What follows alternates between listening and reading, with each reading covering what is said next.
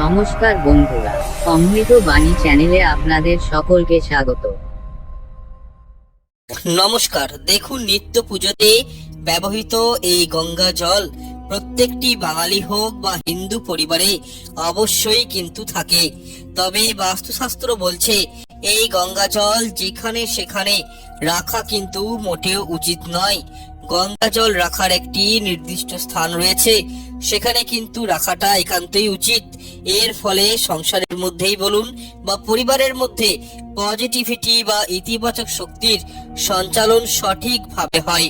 দেখুন, আমাদের উন্নতি, সফলতা, শারীরিক ও মানসিক সুস্থতা বা সামাজিক স্তরে মান সম্মান, পারিবারিক ক্ষেত্রে মান সম্মান, এগুলো প্রত্যেকটাই ডিপেন্ড করে অনেকখানি বাস্তুর উপর। যদি বাস্তু ঠিক থাকে তাহলে জীবনে সফলতা খুবই সহজে প্রাপ্তি করা যায়।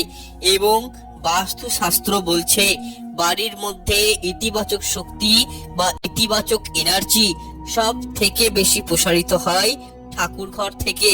আর এই ঠাকুর ঘর যদি সঠিক জায়গায় থাকে, ঠাকুর ঘরে যদি সঠিক জায়গাতে গঙ্গা জল রাখা হয়, তাহলে কিন্তু পরিবারের পবিত্রতা কোনোদিনই অক্ষুণ্ণ হয় না। সেই সব পরিবারের সদস্যদের জীবনে অশুভ কোনো ঘটনা ঘটে না এবং পজিটিভ এনার্জি যে সংসারে বা যে পরিবারে বিদ্যমান থাকে, সেই পরিবারে সর্বদাই দেখবেন ভগবানের আশীর্বাদও বিদ্যমান থাকে। এছাড়াও দেখবেন এই গঙ্গা জলের মাধ্যমে বাড়ি হোক বা ঘরকেও পরিশুদ্ধ করা হয়। তবে এমন কিছু ভুল কর্ম বা কাজ আমরা অনেক সময় নিজেদের অজান্তেই করে থাকি, যার কারণে কিন্তু এই পবিত্র গঙ্গা জল অপবিত্র হয়ে যায়। বারের প্রভাবশালী গুণগুলি আস্তে আস্তে নষ্ট পর্যন্ত হয়ে যায়। দেখুন, হিন্দু ধর্মে গঙ্গা নদীকে আমরা মায়ের স্থান দিয়ে থাকি এবং এই পবিত্র গঙ্গা জলকে নিজের বাড়িতে রেখে থাকি। বাড়িতে যে কোনো ধার্মিক অনুষ্ঠান অনুষ্ঠিত হলেই আমরা কিন্তু সর্বপ্রথম এই গঙ্গা জলেরই ব্যবহার করি, কারণ শাস্ত্র মতে এই পবিত্র জল ছাড়া কোনো কাজই সম্পন্ন হয় না। সুতরাং হিন্দুদের কাছে এই গঙ্গা জলের মাহাত্ম্য এবং গুরুত্ব যে কি তার মুখে বলার উপেক্ষা রাখে না। যাই হোক, প্রথমে আপনাদেরকে আমি ছোট্ট একটি উপায় সম্পর্কে বলছি। গঙ্গা জলে এটি অবশ্যই আপনারা উপায়টি করে দেখুন, জীবনে খুব সুন্দর রেজাল্ট পাবেন। দেখুন, আপনারা যখন সকালে স্নান করে সূর্যদেবকে জল নিবেদন করবেন, তখন তামার ঘটিতে আপনাকে জল ভরে ওই জলে একটি তুলসী পাতা নিবেদন করতে হবে। আর এই তুলসী পাতা দেওয়ার পর 2-1 ফোঁটা হলেও গঙ্গা জল তামার পাত্রের জলের সাথে ভালো করে মিশিয়ে নেবেন আর ভগবান সূর্যদেবকে ওই জল অর্পিত করে দেবেন। এমন ভাবে দাঁড়িয়ে জল দিবেন যে সূর্যের আলো আপনার মুখে এসে যেন ডাইরেক্ট পড়ে এবং একটি মন্ত্র জপ করতে হবে। সেটি হলো ওম ভাস্করায় নমঃ বা ওম সূর্যায় নমঃ। কোনো ব্যক্তি যদি সূর্যকে জল দেওয়ার সময় গঙ্গা জলের এই সঠিক প্রয়োগ করে এই মন্ত্রটি জপ করে থাকেন, তাহলে তার জীবনে কোনোদিনই ধন সম্পদের অভাব হবে না, কোনরূপ দুর্ঘটনার শিকার হবে না এবং শরীরের মধ্যে এক আলাদাই তেজ বিদ্যমান থাকবে সূর্যের মতন। যাই হোক দর্শকবৃন্দ, চলুন এরপর জেনে নেওয়া যাক ঠাকুর ঘরে গঙ্গা জল রাখলে কোন কোন বিষয়গুলির উপর খেয়াল রাখতে হবে সে সম্পর্কে। নাম্বার 1, গঙ্গা জল কখনোই প্লাস্টিকের বোতলে রাখা উচিত নয়। এতে গঙ্গা জলের পবিত্রতা নষ্ট হয়। বরং তামা বা পিতলের কোনো পাত্রে গঙ্গা জল রাখা অত্যন্ত শুভ বলে বাস্তুশাস্ত্র মনে করে। প্লাস্টিকের পাত্রে রাখা গঙ্গা জল পুজোর জন্য অশুদ্ধ বলে শাস্ত্র মতে মনে করা হয়। যারা তামার পাত্রে গঙ্গা জল রাখেন তাদের মন সবসময় শুদ্ধ হয়ে থাকে, কোনো প্রকার অশুদ্ধি তাদের শরীরে প্রবেশ করতে পারে না। তামার পাত্রে রাখা গঙ্গা জল শাস্ত্র মতে অতি পবিত্র বলেও মনে করা হয়।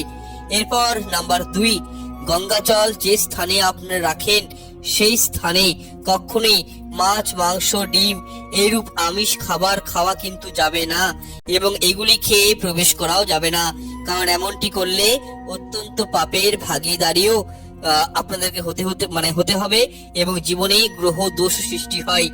নাম্বার 3, গঙ্গা জল রাখার সব থেকে শুভ স্থান হলো বাড়ির মন্দির বা ঠাকুর ঘর। শাস্ত্র মতে যে বাড়ির ঠাকুর ঘরে এই পবিত্র গঙ্গা জল থাকে সেই বাড়িতে কোনরূপ অশুভ শক্তি কিচ্ছুতেই প্রবেশ করতে পারে না। এছাড়াও আপনারা যদি অন্য কোথাও এটিকে রাখতে চান তাহলে বাড়ির ঈশান কোণে অর্থাৎ উত্তর পূর্ব কোণে এই গঙ্গা জল রাখতে পারেন। দেখুন, এই গঙ্গা জল ঈশান কোণে রাখলে অনেক কিছু বেনিফিট পাওয়া যায়। যেমন ধরুন, পরিবার থেকে অপচয় কমে, টাকা পয়সা ইনকামের পথগুলো উন্মুক্ত হয়, খরচের হাতটা কমে যায়, বাড়ির মধ্যে পবিত্রতা ইতিবাচক শক্তি বৃদ্ধি পায়। এছাড়াও পারিবারিক বৈষম্যতা দূর হয়, স্বামী স্ত্রীর মধ্যে মধুর সম্পর্ক তৈরি হয়। এই বেনিফিট গুলো কিন্তু পাবেন যদি আপনারা ঈশান কোণ অর্থাৎ উত্তর পূর্ব কোণে এই গঙ্গা জল রাখতে পারেন। এরপর নাম্বার 4, দেখুন বন্ধুরা, অন্ধকারময় ঘরে এই গঙ্গা জল কিন্তু রাখা মোটেও উচিত নয়। কারণ দেখবেন, অন্ধকার সবসময় নেগেটিভ এনার্জিকে আকর্ষণ করে। তাই গঙ্গা জল এমন স্থানে রাখবেন যেখানে অল্প বিস্তর হলেও আলোর প্রবেশ যেন ঘটে। নাম্বার 5, বিভিন্ন অপশক্তি, খারাপ নজর, অশুভ শক্তি গৃহ থেকে দূরীভূত করতে এবং বাস্তু দোষ থেকে গৃহকে রক্ষা করার জন্য আপনারা এই কাজটি প্রত্যেক দিন অবশ্যই করবেন। কি করবেন? বাড়ির সদর দরজায় এবং প্রত্যেকটা রুমের দরজার কোণে স্নান করে অল্প করে গঙ্গার জল কিন্তু ছিটিয়ে দেবেন। এর ফলে বাড়ির মধ্যে থাকা নেগেটিভিটি অনেকখানি ধ্বংস হয়ে যায়।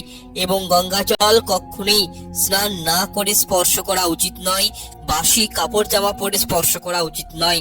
যদি এমনটা করেন সেই ক্ষেত্রে কিন্তু অত্যন্ত পাপের ভাগীদারি হতে হয় এবং সেই গঙ্গা জলের পবিত্রতাও পজিটিভ এনার্জি গুলো নষ্ট হয়ে যায়। যাই হোক, এই যে কয়েকটা পয়েন্ট আপনাদেরকে বললাম, এইগুলো একটু মাথায় রাখবেন যদি ঘরে গঙ্গা জল রেখেছেন। যাই হোক, আজকের এই ভিডিওটি আমি এখানে শেষ করলাম। ভিডিওটি কেমন লাগলো তা অবশ্যই কমেন্ট করে জানাবেন এবং যতটা পারবেন ভিডিওটি আত্মীয় পরিজন বন্ধু বান্ধবীদের সাথে পারলে শেয়ার করে দিবেন এবং চ্যানেলটি আমার সাবস্ক্রাইব করে পাশে থাকা বেল আইকনটি অন করে রাখবেন। ঈশ্বর আপনাদের মঙ্গল করুক। আপনারা পরিবারকে নিয়ে সুস্থ সবল থাকুন, হাসি মুখে থাকুন। নমস্কার, ধন্যবাদ।